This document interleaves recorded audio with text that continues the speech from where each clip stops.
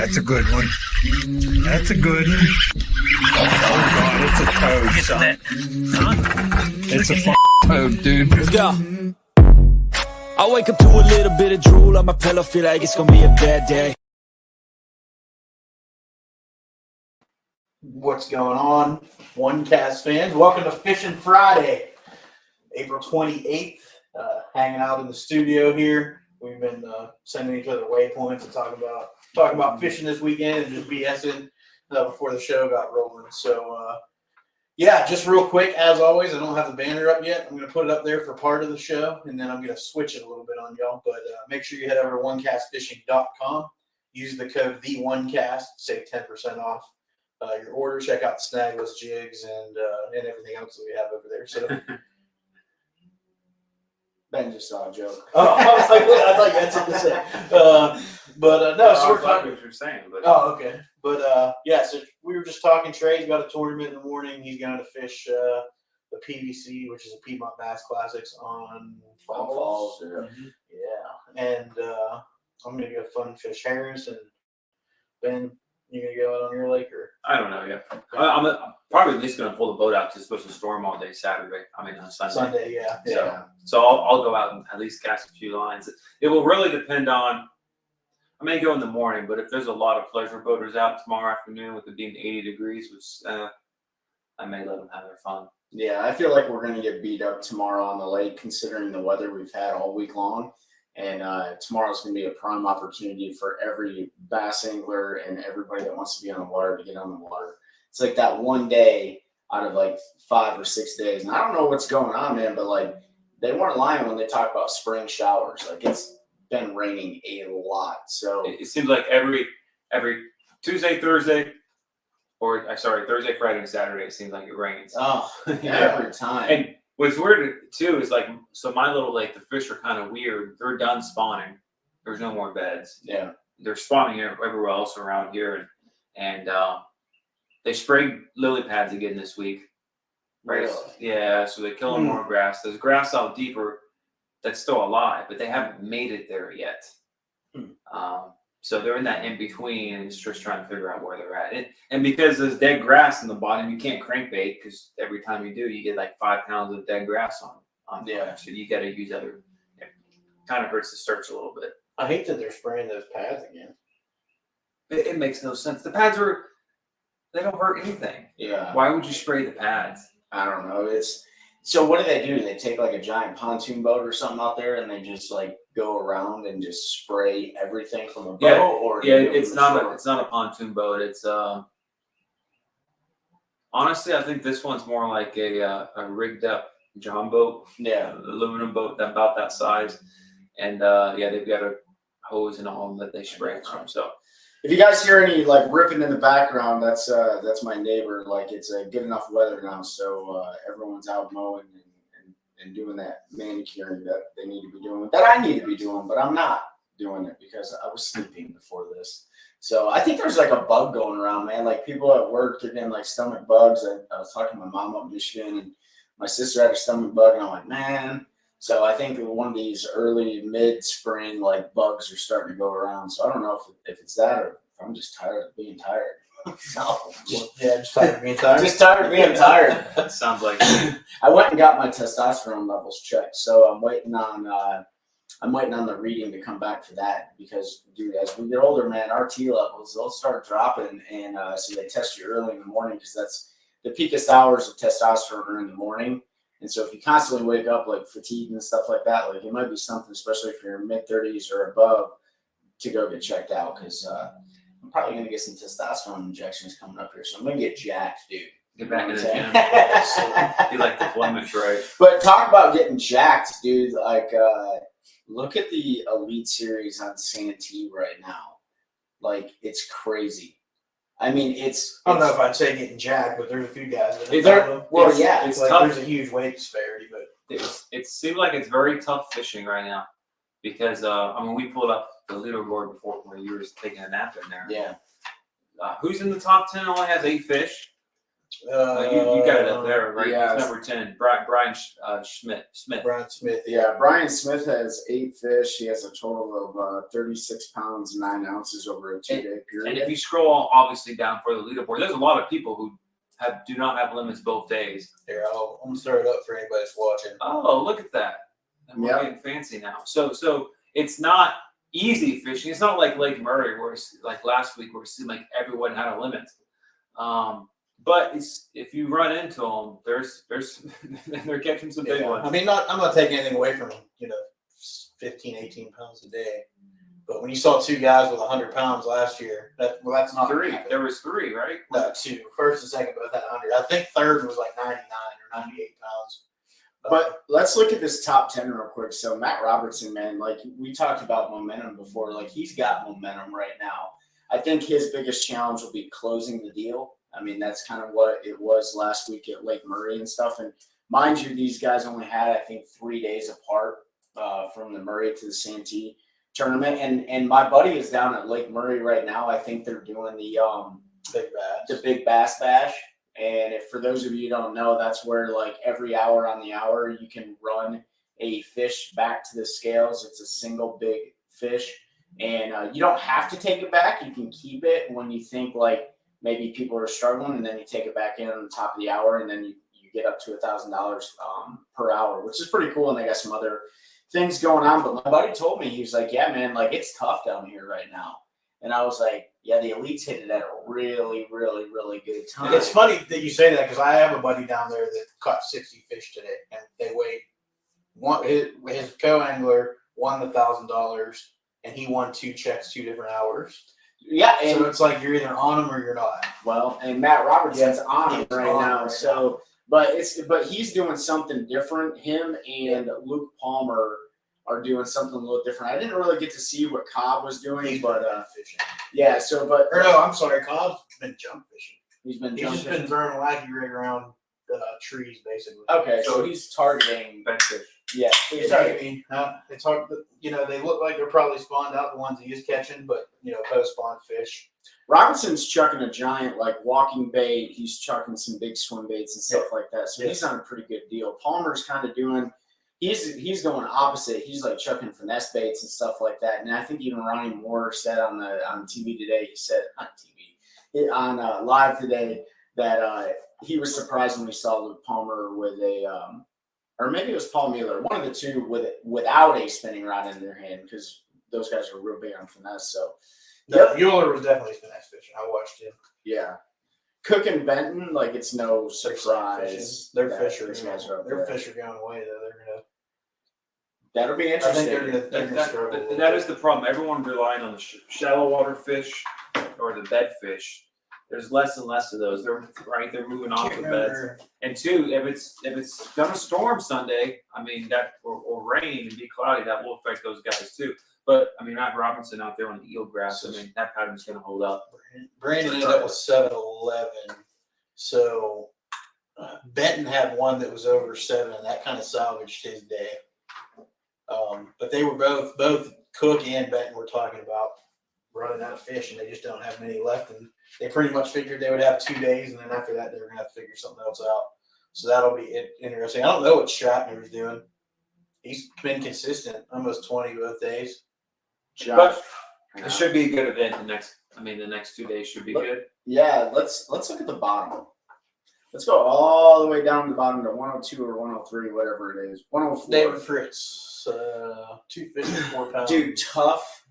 I mean, just look. Some of the names down there: Caleb Summerall, David Mullins, Caillou, Cody Huff, Kenta, Austin Felix. Like these guys can catch them. John Suckup, who's a rookie. Mike Huff. These guys can catch fish. Yeah, but like some of the guys down there have been down there though. Like Matty Wong, I think we talked about that in one of our. They were all there last year. Yeah.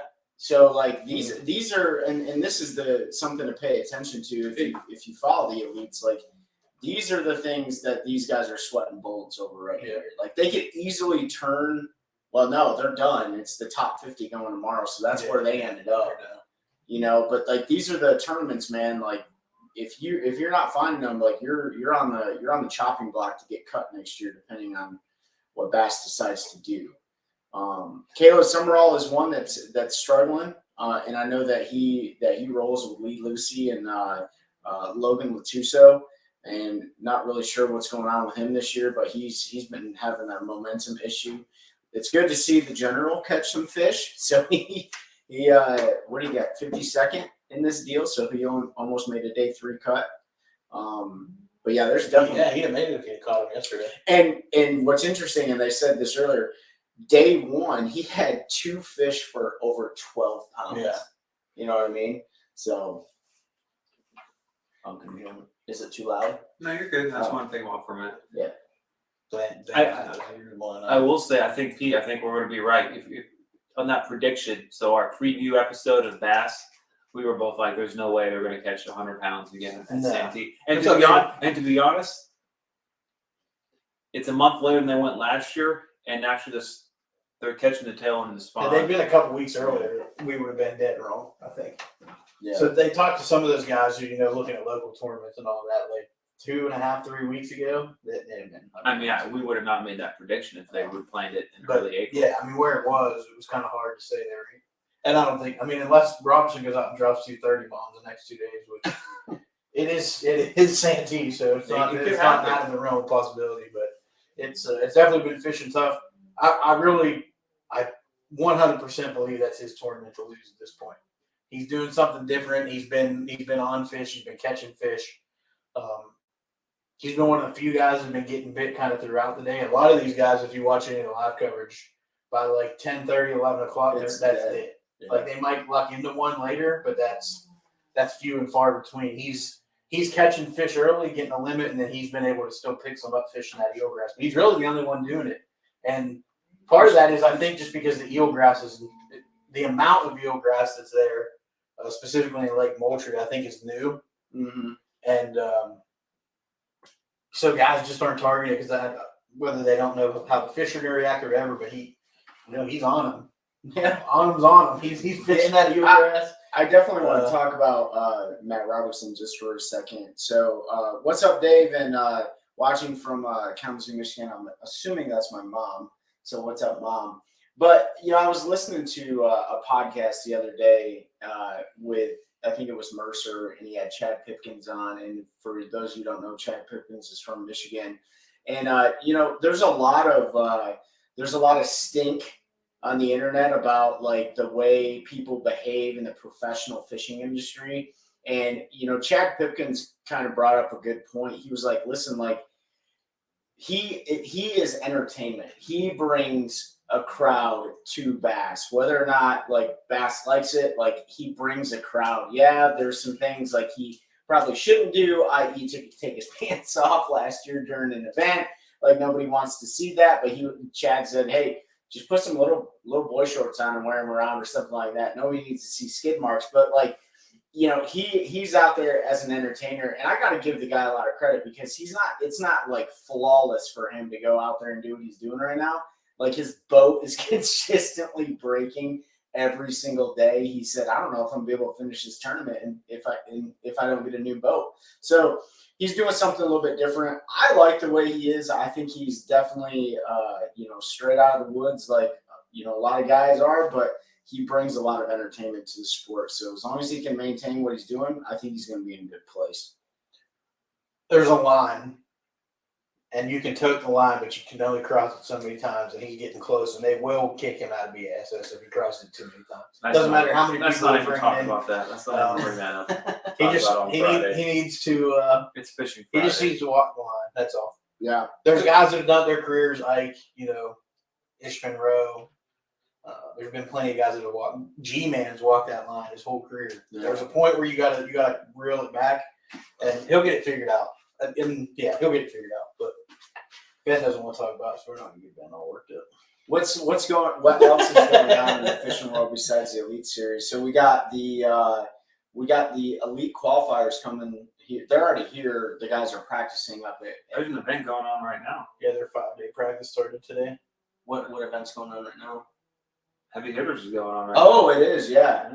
MLF Heavy Hitters is going on. Where are they at this weekend or right now? Caney Creek Cranny, and Bus- Bussy Break or Okay. Bussy Break or whatever you say. Yeah, that's right. I haven't followed any of that stuff. What's going on with that tournament? Yeah, it's been tough fishing down there. I mean, Jacob Wheeler did not make the cut today, the knockout round. He had 2 fish. Oh, really? Yeah, Randy Howe had 1 the knockout round today, so he'll be they'll fish championship tomorrow. Okay. Yeah, this cold front. It's kind of hit the whole country. It's He had 9 fish for 29. 8, I think it was 8 or 29, something like that. Yeah. Yeah. 8 for like I tried to pull it up, but MLS website isn't the easiest to get. the I did scores see up, some so. shorts on Instagram and stuff like that, and I did see Randy Howell setting the hook on like a decent fish. So, yeah, and I wish I could catch all these.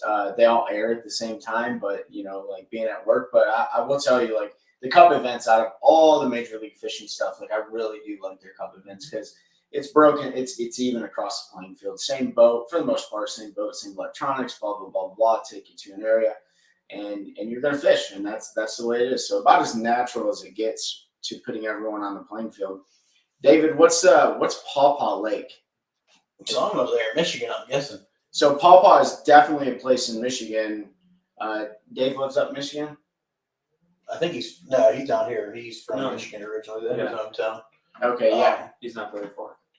Yeah. But if I'm really excited, so I'm gonna go up. I'm definitely gonna go up Friday, I think, and watch the weigh-in and see who wins that. The Lake here, Kalamazoo. Yeah.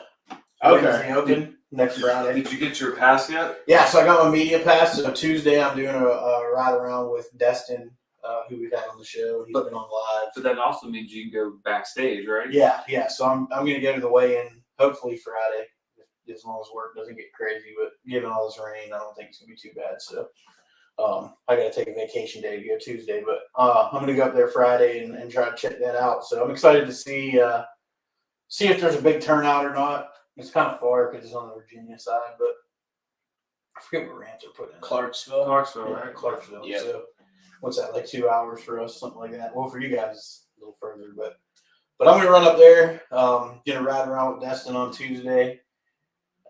Be interested to see how that goes because that lake is surprisingly even colder than the like our local lakes.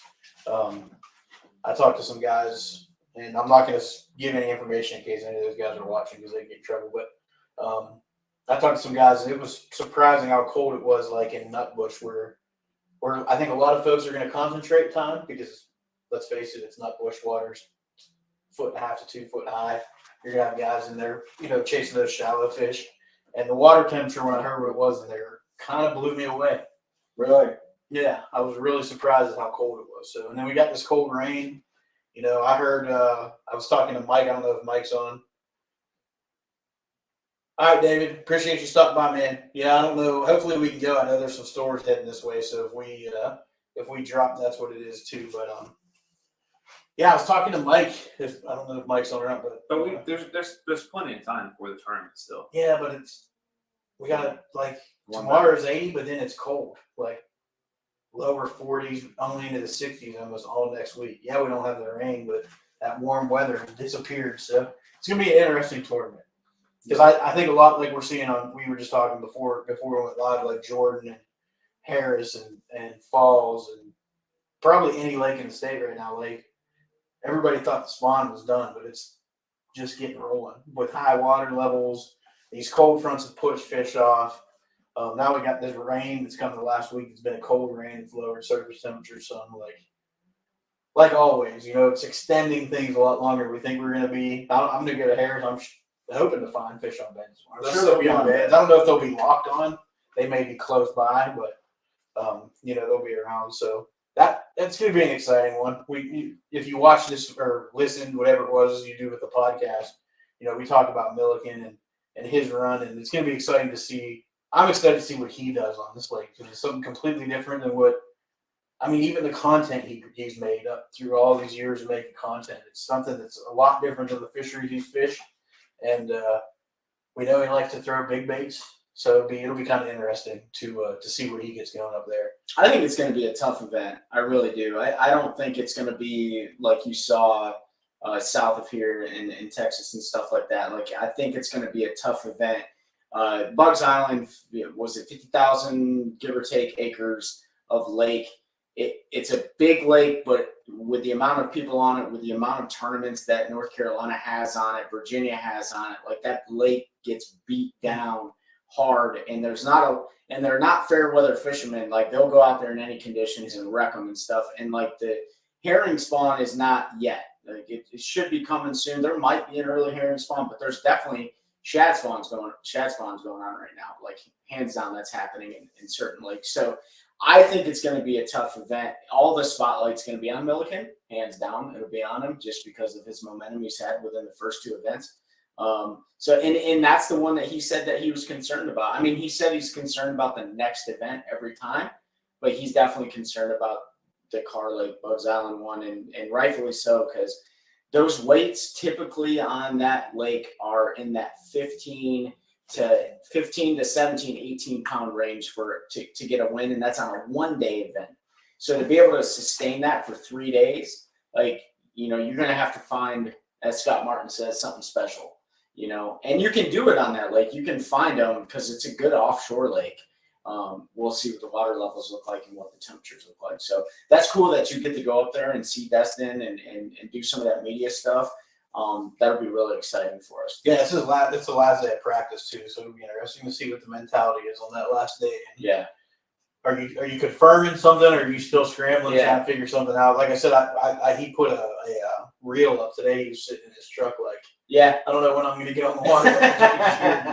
Pounding rain on the truck, and it's another buddy of mine, Rich Ortiz, is fishing it. I talked to him. He was asking some questions about the lakes before it went off limits. And his plan today, because of the forecast, he's like, I'm just going to drive around over every bridge over Carr Lake and see what the water conditions look like in those creeks. That's not bad. Like that was his plan, unless the rain let up, which they all should have been able to get up a little bit this afternoon, but most of them weren't going to go out this morning and get everything soaking wet and tore up. This is the first morning of practice. And Sunday's not going to be a good day to practice either. I think Sunday's thunderstorms too, so it's not like it's just rain. There's not much to hide on Carr Lake either. There's a lot of dock cairns on that lake. I think practice will be two primary things. Practice will be one, getting out and running around and marking, brush piles and shoals the best you can. And of course, like just understanding how to navigate the waters, because if you've never been on there, there are some dangerous areas. Mm-hmm. And then two is going to be a lot of Google Earth and going over your mapping project and stuff like that. The one thing I will say about Carr is they do a pretty good job of marking the danger areas, unlike some of the other lakes. Most of those rocky shoals and stuff, they have pretty well buoyed. But yeah, I think we're going to see some different stuff. I think we'll see some guys concentrate kind of mid-lake, which is not something most people do locally, really. Yeah, I'm a mid-lake guy. Are you? Yeah. And it's not something. You want to know why? Because I've only fished it once. Yeah. So Trey's the one-timer mid-lake guy. Hey man, we came in the top half. Yeah. But how many? I mean, this is your guys' opinion on this, and for those watching, how many people are going to be spot poachers after this EQ tournament? I bet it's gonna be bad, because that's one of the most popular lakes around here that gets so much attention from the Virginia, North Carolina side, just because it's so big. You can run cat tournaments on it. Fishers of Men, PBC runs tournaments, local BFLs. There. Yeah, I mean, it's gonna be. That'll be interesting. If you're local and you're trying to figure out where you want to fish the next couple of weeks, completely avoid Bugs Island, because you've got, starting today through Friday, you've got the EQs practice in the tournament, which is, they were sold out to 250 boats. So that's, if everybody has a cone angler, 500 anglers basically, going to be hammering everything around. Then they wrap up Friday. Saturday is a BFL, which will be 150 boats. So all those guys are going to be out there probably Friday practicing. So you're going to have right there, dang near 450 boats on Kerr, either fishing a tournament or practicing for a tournament. She's going to get beat up, boys. So if that's your home lake, maybe hitch up and run down the road to Falls, or take a little trip over to Jordan, or Harris is close. Don't go there. Maybe when they leave Clarksville, they need to take a right and go up the river. Yeah. Get out of everything. Really? Yeah, no kidding. That'd be interesting. somebody may fish the river a little more than normally does, you know? I mean, Yeah. you're going to see a lot of different things. Yeah, Trey, there'll definitely be some hole pirating, you know? Oh yeah, for sure. I'm definitely gonna watch where they're at because like I don't have any experience on that lake, but like being out there one time, so I just need to like buckle down and just fish some of that other stuff. But speaking of fishing some other stuff, so I told you guys the other day, so I'm gonna head down to fish and I'm gonna pull the thing up real quick. So it's a pretty cool event. Let me see if I got it. It's in Florida, right? Yeah, so in June, I'm heading down to fish the Kissimmee chain of lakes. It's June 3rd is a tournament out of the Overstreet boat ramp, and it's a Help Our Heroes tournament. And it's a standard like 5-fish format tournament and stuff like that. And it's a $200 buy-in with a $10,000 payout. And there's a bunch of 501c3 nonprofits and stuff getting involved in it. So Mike Johns, who's down in Davenport, Florida area, between Florida and Georgia, depending on where he wants to be, has a buddy who has a boat or has a lake house down there. So it's actually on a little small lake named Lake Marion, which confused the crap out of me when I first looked at it. Like, wait a minute, we're going to South Carolina, but no, it's on a little small lake. So I'm gonna, and we actually have a PBC event on Bugs Island on June 3rd, and so I'm gonna miss that. But I think my fishing partner is gonna fish it to continue on because we're 11th out of like 240 people in the points right now. Again, the points don't matter. So, Doug, if you're listening to this, you're tracking, but like the points don't matter. But for us, it does matter, right? That consistency, like trying to stay, with these guys, because these guys that we fish against are absolute like hammers, but they cherry pick these events, rightfully so, because they're trying to win money. We're trying to be consistent to like hone our skill set. Yeah, if we win some money along the way, that's great. But yeah, so I'm gonna skip that PBC event on June 3rd, make a 10.5-hour drive. I was thinking about flying. Go down there, fish the Kissimmee chain. I've never fished it before. I've never fished Kissimmee. It's on my bucket list. And riding around with Mike and his Ranger and just kind of do the co-angler thing. So be fishing as a team, of course. So it'll be a pretty cool event, man. Hopefully I'm gonna be taking a bunch of like GoPro and equipment, not a bunch of GoPro, but a GoPro down there and trying to get some footage of that event. So that's pretty cool. Yeah, we already talked. We'll schedule live and we'll have you and Mike jump on and we'll talk about it a little bit, let him share his message and everything he's got going on because he's got obviously a very good cause. And I don't want to detract from that, but speaking of causes, if you listen to our most recent episode, you have heard about how terrible Lake Gaston is because of the stupid spots. So if you're in North Carolina, if you're local, I highly recommend helping us to preserve our fisheries for the future is the best way I can say it. Consider going to that ncf1bass.org website, make a donation. I read a thing today. Actually, I'll pull the email while we're talking, but every couple dollars, every dollar really helps. So maybe if you can not buy a bag of plastics this month or something and donate that money to help put some F1 bass in. But so $1 is 8 fish. So $100 donation is 800 fish. So I donated $100 2 weeks ago. I'm not tooting my own horn. Somebody will put some nasty thing in a comment somewhere saying you don't need to brag, but that's 800 fish. I'm fairly new to North Carolina, but it's the most fish you've ever caught. I can't wait to take Ben up north and show him what real fishing is. When I boat 100 smallmouth, he has like 7. But yeah, so it's I don't know. He's a master at that Ned rig, dude. God, he's a master at that. He isn't that Ned rig guy. So and I used to be a drop shot. Yeah, I'm a drop shot junkie. I love throwing the drop shot, but like that Ned rig, man, I forced myself to catch a big one this year doing it off the bed. You said about time. It's just something that it's a confidence thing for me, right? Like I can catch them. But yeah, like we need to do that. And for those listening, like we're going to try to make it a point to get up to some different areas this year, like, out on Lake Erie and go to the Roanoke River and stuff like that, catch some frogfish and just kind of do a little bit traveling around pending schedules and stuff. And so diversifying the portfolios is super important. The Roanoke will probably be mostly still photos because I can't video some of that stuff. Y'all y'all can't give that juice out. It all looks the same. You'll have no. It does. It really does all look the same. Yeah, we'll sell the waypoints. It doesn't matter where you're at in there, what creek or where you're at on the river. It all looks the same. I would say it does matter a little bit though, because the one time that I fished it with you, No, it does. Yeah. you know, we were getting small fish on the one side, and then we literally went 25 feet to the other side, and then it was all the big fish. Yeah.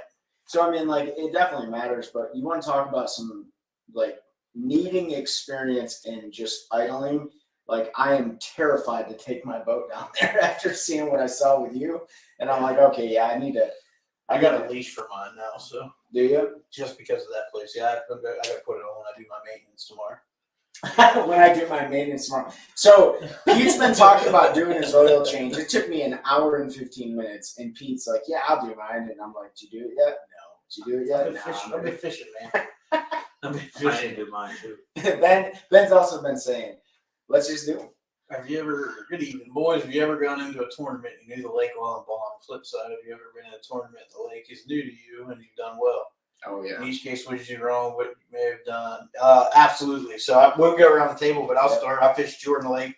When I don't fish as much as I did because I try to fish different bodies of water, but I was pretty confident on that lake, and I've had fish found more than once on that lake. I won't pre-fish it anymore because of this, but you know, confident going in there that I can at least cash a check and then go in there and zero. You know, you have fish found. I've had them found the night before, and then they're not there the next morning.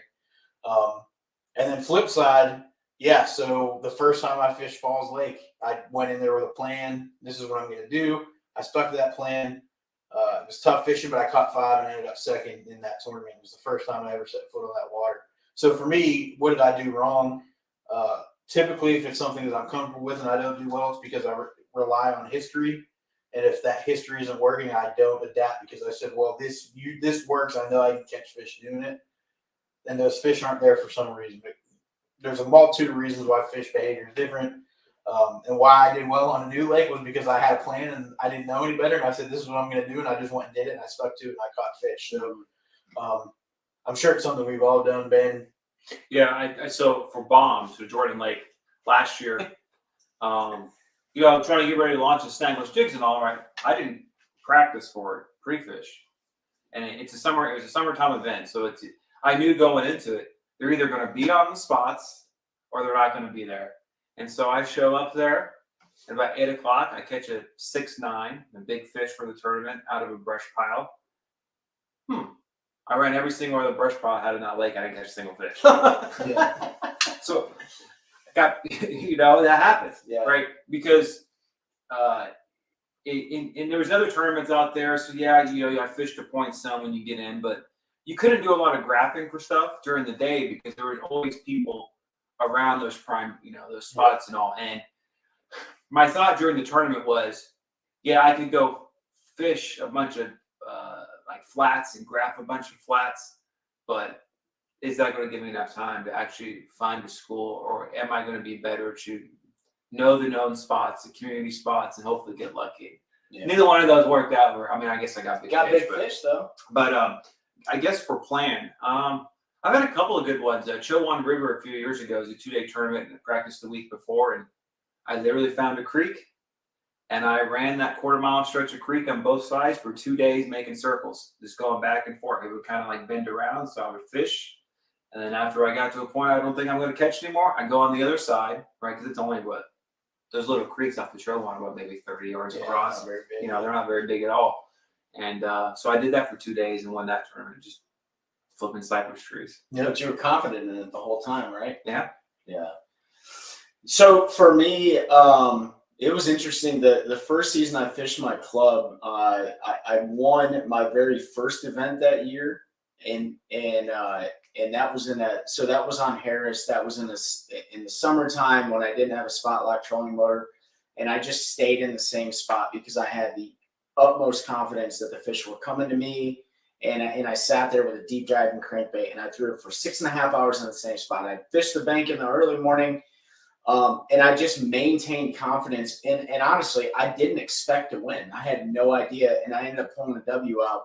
And then that same year, so the reason why I think that I did well was because I was confident in it, and it was my plan, and I stuck to it. I think if the fish wouldn't have been there, I would have totally zeroed that event because I would have stayed there. Like that was my confidence. I fished Lake Randleman that same year, and I won.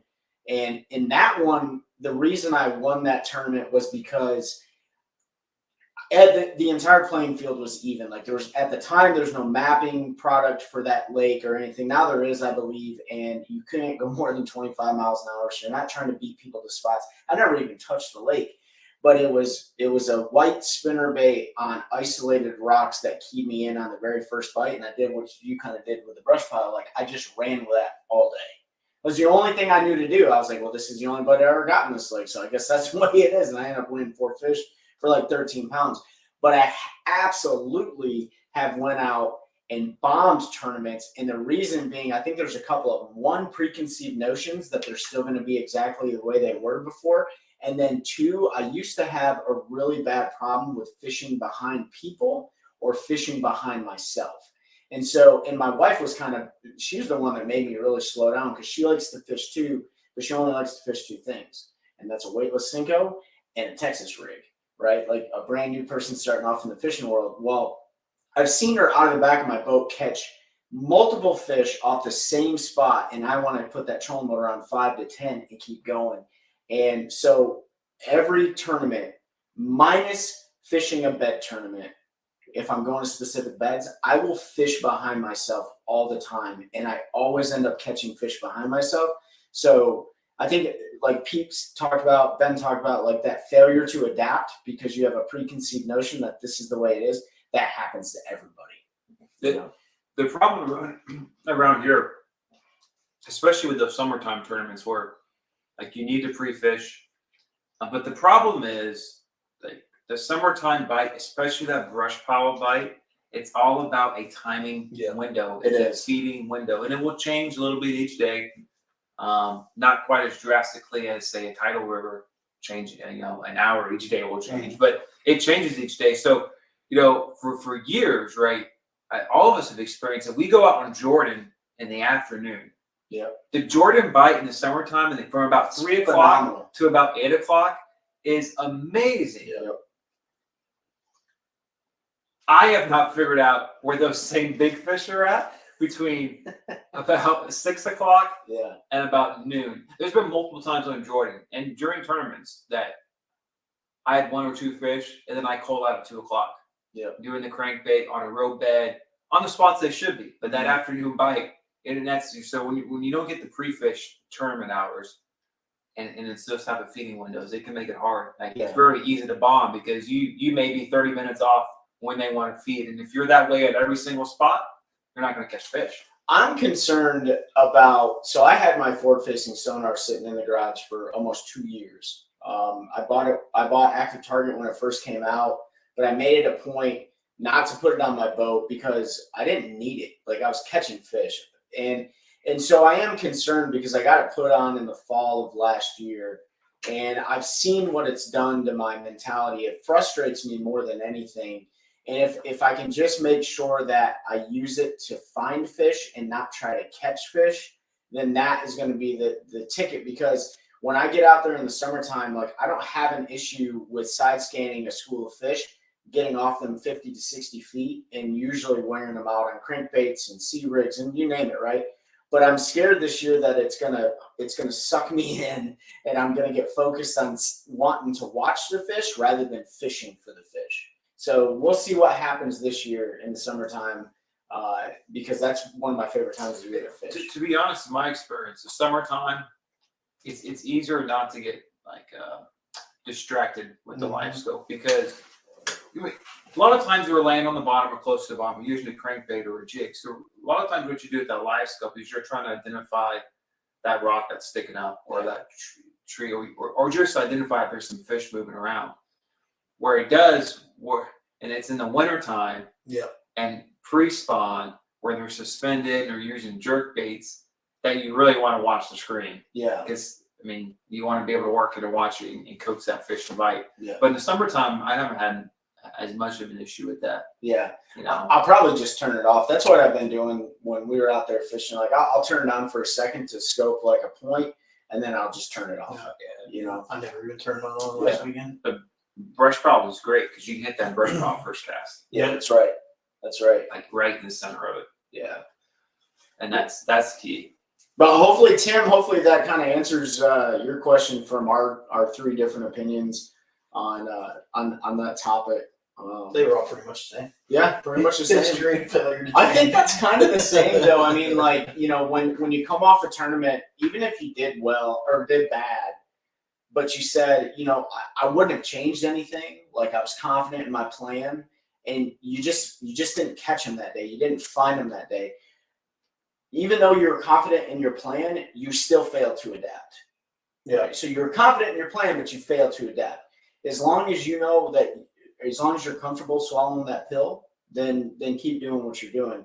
But it's constantly going out there and second guessing yourself, but not adapting, and all those other things that play into it. And that's where it gets frustrating for a lot of guys and gals on the water. Like they're, you know, like even one of our brand ambassadors, we talked to her about it, you know, like I don't know what I'm doing wrong. Well, you know, let's get some experience with other anglers. Pete, you know, Gina got some experience with you. She got some experience with me. She's consistently learning and stuff like that. And I think that's what's important about this sport is like constantly going out there and broadening your horizon.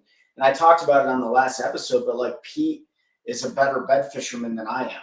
So like watching Pete, like going up and filming, and if you haven't checked out the fish catch on any of the shorts or the website or the Facebook page and stuff like that, check it out. But like Pete, literally, I was on the other side of the cove when we were talking about this fish, and he literally called me over there and said, "Hey, if you want to film this fish, come over here because this fish is ready." Right. So the Pete knew based on the fish behavior, based on the location of the sun, like all these things, because he could see the fish and all that stuff.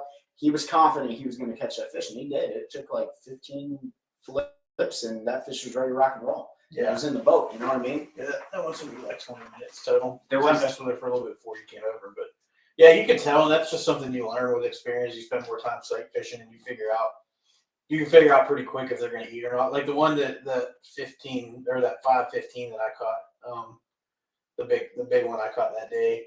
Like I honestly didn't think she was going to bite, and I was going to leave. But there's a lot of things you can do. So I'll give some secrets out. Like number one, I always throw a white bait because color doesn't matter. They're just eating it because it's on their bed.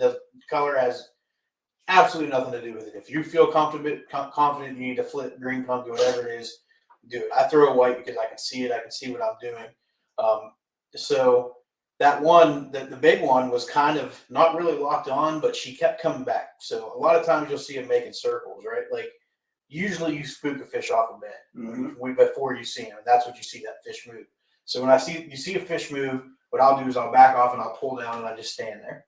And then you wait for that fish to come back and you watch her circle. And she'll make a circle. And usually they'll make a couple really big circles. And then they'll kind of settle on an area. And then if the bed's not real obvious, because they're not always here on our lakes, a lot of the times it looks just like the dirt next to it. But that's what they're bedding on. Once you kind of figure out that's that piece of grass, then you can flip in there, you know, let that bait sit. And a lot of times that's when you'll get them to look at it or they might flare off again. Well, if they just keep swimming off of it, flip it in there while they're gone and hide that bait. So bury it in some leaves, do whatever you have to do. Don't move it. Push your rod down. Don't move the line or anything. Wait till that fish comes back. And then what I'll do a lot of times is that fish will come back. I'll swim it through the bed past the fish and I'll see how the fish react. Sometimes swimming it past them, they do what bass do and they'll just eat it. They're like, oh, something came. I can't help myself. Other times it'll kind of spook them off. So once it spooks them off, what I like to do is I'll set it up to where that fish is almost always going to set up the same way, right?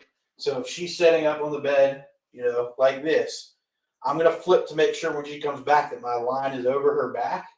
And then as soon as she stops, I'm going to wind that bait as fast as I can. I'm going to drill her in the side. Yeah, he's going to try to snag her. And no. So when you hit her in the side, she's going to do one or two things.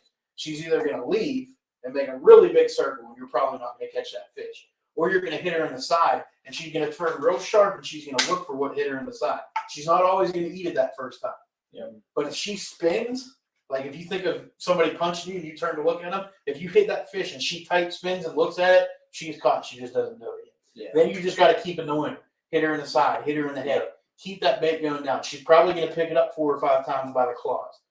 Let her pick it up 4 or 5 times by the claws. So eventually, she's going to suck that bait all the way in, and she's going to start swimming away with it, and then you got her. And you just reel down, and the rest is second nature. But there's a lot of things after you set that hook, like, you know, you got to have the right tools for the situation. Oh, absolutely.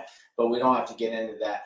I will say that I do have a slight difference of opinion with colors, and this is just based on experience, and everybody has their own experience with bed fishing. I'm pretty good at it. Like I would consider myself relatively decent at bed fishing, but there's times where I probably leave a fish before I should leave a fish just because I get impatient. So I need to eat that sandwich I was talking about. But I find after the fish have spawned out and the bucks are on the bed, that's when color really matters for me. And that's where you go to your more natural stuff, like your bluegill color, because those bluegill are starting to move up and they're going to be feeding on the bass fry, feeding on the eggs and stuff like that. So I feel like green pumpkins kind of help me if you can see them.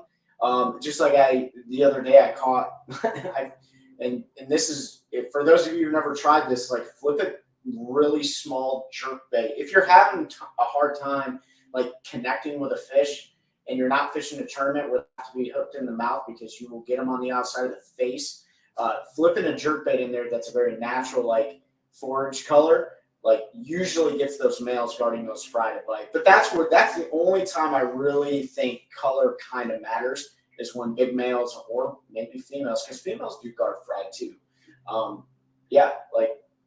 That's what it matters. when they're garden fry, then I'm usually just throwing a wacky rig at them because they can be a little temperamental when they're garden fry, but they'll pretty much always need a wacky rig because you can keep it right on them. Yeah.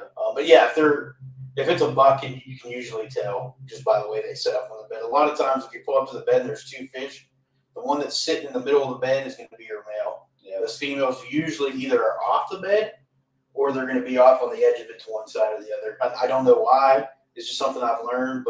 And there's been times where I flipped in there to try to catch the buck, and I had no idea that there was a female. Yeah. And you pop that thing in there, and she comes from left field out of nowhere and smokes whatever it is that you flipped in there. Yeah.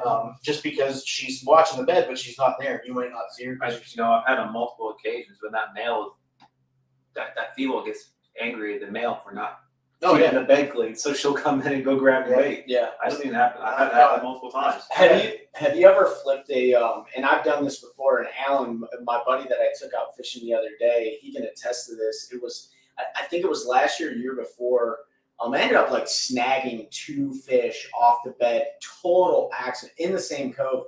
But sometimes if it's open water and they're not around like a lot of cover, like you can flip a jig in there with no creature bait on it. Like a snagless jig, like you can flip The jig, my primary bed. Yeah, you can flip it in there with no creature bait on the back of it because they don't give a crap what they're eating. So like I've done it a couple times before, but when the elites were fishing Murray, I saw this. They had some drone footage of this, I believe. But there was a lot of guys throwing some big baits on Murray. Obviously, there were some guys keyed in on the herring spawn. But there was guys fishing big baits, but they could not get really big fish to bite. And you saw the drone shot of them like throwing a mag draft or throwing a big glide bait out there and pulling those big females either off the bed or that were cruising.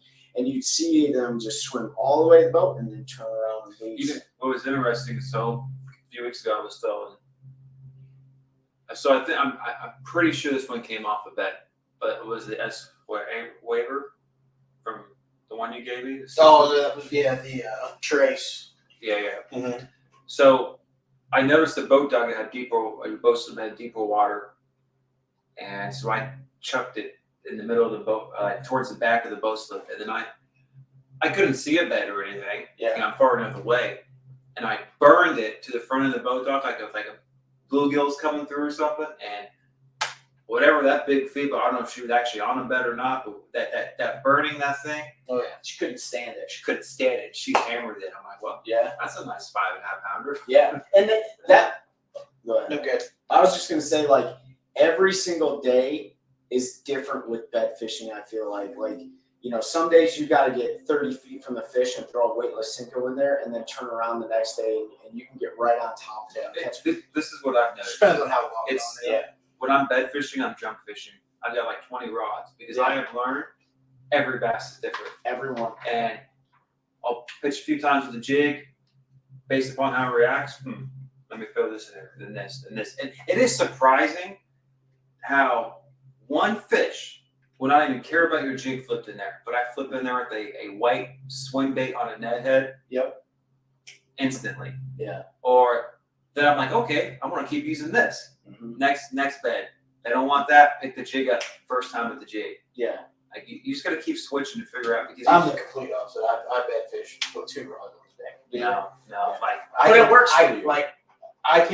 I will confidently say 99% of bed fish I will make bite a white D-bone. If they won't bite that, they're not going to bite anything. So, and that's And what that's just me. That's what I'm confident in. that's- Like, I know that I can get them to eat it because of the way that I do it. And then if they don't eat that, I can pretty much always get them to eat a wacky rig. And there's only 2 rods that I keep when I'm bed fishing. Yeah, like the last tournament we fished on Harris, like my partner was in the back of my boat and I would throw a weightless Cinco up there and then he turned around and flipped a white creature bait and caught a 6-pounder. And so as I'm going down, I'm either catching fish in front of him or he's catching them behind me. And I was like, was it the bait? Was it how many times it saw a bait?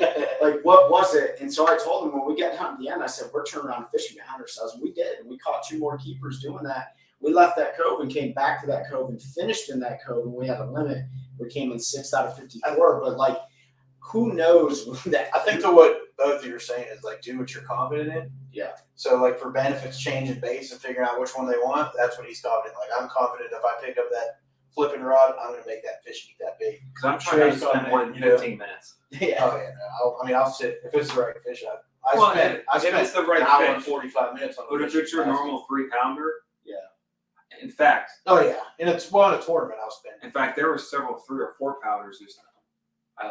I just went on by. I didn't make a cast to them. Yeah. One, they weren't locked on super good. They were making that wide circle.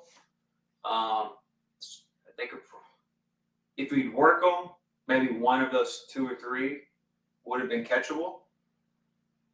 But it wasn't worth it. I was a big girl hunt. I literally had my trolling motor on high, standing there, just trying to find 7-8 pounders on beds. The best is when you flip into a bed and they just eat it as it's falling in the first time and you jack them and it's like 9 seconds. Last year, I think 90% of my fish were on first cast. Really? That's always So that's And the the swim jig, the snagless swim jig turned like I used it a lot more this year, but towards the end of last year, I was looking for post spawn, swimming around. For whatever reason, I caught probably more fish the last 2 years just flipping that thing on a bed. Yeah. Or reeling it and then dropping it on the bed. Yeah. In first or second cast. I don't know if it's because. So this year I'm using the missile bait spunk shad, right? And last year was like a very small paddle tail, right? Yeah. So I don't know. They just don't have the ability to really pick up claws or something. Yeah. Right, because there's not much behind that hook. So that's where the long neck hook's I'm gonna mess with it tomorrow and see if some of those ones that are picking up the back of my bait, if I can whack them on the first pickup. Well, the one this year, I literally put the Berkeley Maxent, right, whatever, the creature bait, and so that much of that hook was exposed up front. Oh, really? The neck of it? The neck of it. Yeah. I just barely had that thing, the hook in the tail. Right, in the rear of the bait. Yeah. First flip on the bed and the boat. I think it's way more rewarding when you work a fish for 30 minutes or more and then you plug them because like that first flip stuff, if you're new to bed fishing and you start flipping and you're like getting bit every time, it's going to ruin your experience for spawn fishing, for bed fishing because this year I could not get a 7 or 8 pounder bite. It's frustrating. It's not the normal. It's not the normal. Yeah, if you're new to bed fishing, it's not normal for them to eat it every time. I caught the male, and she was locked on, and I hit her 6, 7, 8 times. Yeah, they were spawning up on that brick, on the dam, in the canal area. Yeah. And the sun was going down, so I left, and I went back the next morning. They were both gone. Yeah, I had one on our tournament in Gaston 2 weeks ago that I caught the male 4 times off the bed, and the female wouldn't bite. Really? Yeah, because some people put them in a live well. because he's going to eat most of the time, but I don't do that because I've seen where when you remove the male and that female is just kind of like something ain't right, and then she's done. She's not going to eat anything. Yeah. So I let him go. He'd swim back to the bed. I'd flip in there a couple times and eat it again. Finally, I did put him in the box. And I was like, well, he wants to take a I ride. like it. It's like 5 times I've got this fish now. About 4 years ago, 30 yards more. I left that one this year. There was a big female circling around, and I kept trying to work her and all. And it was kind of muddy there by some pads, and I finally saw, like, is that a little fish sitting down there? And so I finally go through all my stuff, and I get out a little shaky head, and sure enough, I catch a 7-inch male. And I put him in the box, and she locks on, and she bites the very next time. And then I made the mistake and went the wrong way with her, and I lost her at the boat. So she was spawning with a Yeah, 7-inch male. Well, the 7 or 8 pounder that I couldn't get the bite, the male that I caught was only like 10 inches. Surprised she doesn't eat him afterwards. Like a black Some of widow. the biggest females I've seen on beds were the smallest bucks. Tim had a follow-up. He said he's just wondering because change is hard for all of us, for sure. Sometimes we stick with something we have confidence and are comfortable with too long. Do you think the great and consistent pros are those that are willing to adjust and change faster, maybe several times in a tournament? Yeah, I mean, if you watch those guys, they figure out pretty quick if it's not going to work or if something changed, and they will adapt. But you'll see just as many of them have a day where they don't because they're confident that it's going to work and it doesn't pay off. So They're like us in that regard. I think no matter what level, like that's the mental side of bass fishing. Anybody can pick up the skills and kind of figure that stuff up with time on the water, but the whole mental side and knowing when to make that change is like that's the hardest thing that I have because I'm very hard headed and like I'll use a Jordan tournament for instance. Like I rolled up on a point first thing in the morning, shad spawn, had like 13 pounds in the box in like 7 minutes. Shad spawn went away. I'd stay on that point for like another hour and 45 minutes because I was convinced those fish still had to be there. Everybody knows when the shad spawn goes away, those fish aren't eating it. I think we have all learned But the hard way about I was shad convinced spawn. I could make those fish eat. Like I only need 2 more. I can make 2 bite. Yeah, no, it didn't happen. I only ended up with 4. We didn't catch one other big fish later in the day. I think we've all had that experience in this. That's just Tim. Just to your point, like Ben said, he's had that. I'm sure Trey's done the same thing. Like when something's working really well, even if it's only for 3 or 4 fish, you kind of get stuck in that zone. Like it's gonna work. And then maybe after the 6th brush pile, like you when you caught that big one, maybe after 5 or 6 brush piles and no more fish, maybe that's when you have to say, okay, maybe brush piles aren't the ticket. And I just got yes and or no. I mean, at that particular one in Jordan, yeah, I tried to fish other stuff too. But there's, like I said, you know how it is in the summertime. Yeah. 2, the thing about brush pile bites is that that's true. we all know it's all about. I mean, there's luck involved. You need about 50 of them, and you're going to get bit on 5 of them. Yeah, that's what was cool. A little bit, Need help. the little bit of elites I got to watch yesterday. I watched when Polyunic was on there, and he was running brush piles. It was the same. Like he'd come over to that jerk bait, and big fish would come out. They wouldn't eat. He'd throw a big live bait in there. They'd come out on it. They wouldn't eat. He'd try a little finesse. They wouldn't eat. He said, "Well, I'll come back to this one," and then he'd pick up the lead because he knew at some point in time those fish are going to eat. I think it's important any more than it ever has been. You need to be confident in more than just like 1 or 2 techniques. Like we know they're going to eat a weightless worm. We know they're going to eat a Carolina rig. We know they're going to eat a jig. But I think the important thing, and that's when a lot of people ask me, like, why do you buy so many baits? Why do you have like 99 rods sitting in your garage? Well, because I want to get confident at every single technique. And there's only certain times of the year that a lot of times those techniques are applicable. And that's where like Milliken, who if he can do it, generate some big bites with big glide baits. I'm not confident doing that. Like I'm confident in throwing a bucktail like jig in the summertime. I'm confident at cranking. I'm not like significantly confident with the Carolina rig, but I am with a shaky head. Like I still catch my sea rig. So I think it's important, Tim, to maintain confidence, but be confident in everything that you have, and then knowing when to change is probably the most important part. And that's why I'm so excited about being linked up with Corey and talking about the science behind the bass, the bait fish, and stuff like that. Because I think that's so overlooked. Like you can preach all day, like think like a bass, but like understanding the biology of the bass, understanding the biology of the bait fish and the water and the fishery you're fishing, like that is super important. I just think it's overwhelming though. Like a lot of times we get on the water, but like we omit a lot of the knowledge that we know we have because we're so focused on trying to catch fish. And if you can unlock that, I think that's where you really separate yourself from everyone else on the water. Yep. Tim, have you guys ever seen anyone win a tournament using a bait and fishing a pattern you never thought of using? I've seen guys win big fish doing something, but I've never seen anybody win an entire tournament doing something. Usually it's pretty predictable by the time of the year. A lot of guys are doing a lot of the same things.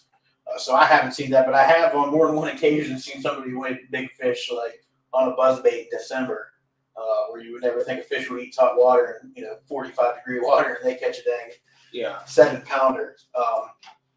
But the thing with that is like it's typically not a bait. It's simply like a location. Yeah. Right. If you'll see a lot like locally here, like this time of year, 90% of people on the bank are on the bank, and that's where most people should be fishing. Now, there's a couple guys who are great offshore. We can go catch them right now, and they're gonna, if not win, probably be right there, right at the top of the tournament, and they're gonna be doing a different pattern to pretty much everybody else. The only time I've seen it happen was in a February tournament on Baden Lake, and I saw the guy that won the tournament was throwing a bladed jig, a green pumpkin bladed jig, in about the nastiest chocolate milk water you could ever think of.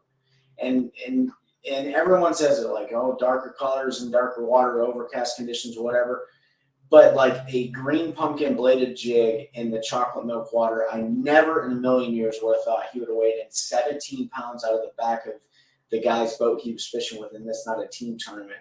And then the only other thing that I saw is I don't throw a weightless wacky rig on riprap. I don't do it. But I do know somebody that caught an 11.68 off of Jordan Lake doing that, and it just astonished me because I feel like I would just get hung up a million times, right? So I've seen techniques catch fish in areas that I never thought they would be caught before, and I've seen that one time where I just didn't think a bladed jig would be the deal. Yeah. So yeah, You just never know. you don't. Well, that's been an hour, everybody. We appreciate y'all jumping in and out the comments. I know it's a little bit less than normal, but everybody's fishing right now. It's kicking off all around the country. So be sure to check out our episodes of the One Cast wherever you enjoy your podcast content or video content. Head over to iTunes, Spotify, whatever it is. Make sure you leave us a review and subscribe because it helps us continue to bring y'all more stuff. And we'll have some cool stuff coming, hopefully with Destin next week, and then Trey's gonna be out of town here, and we'll have all kinds of stuff coming. So y'all keep watching, keep sending your questions and all that, and we'll see you on the next one.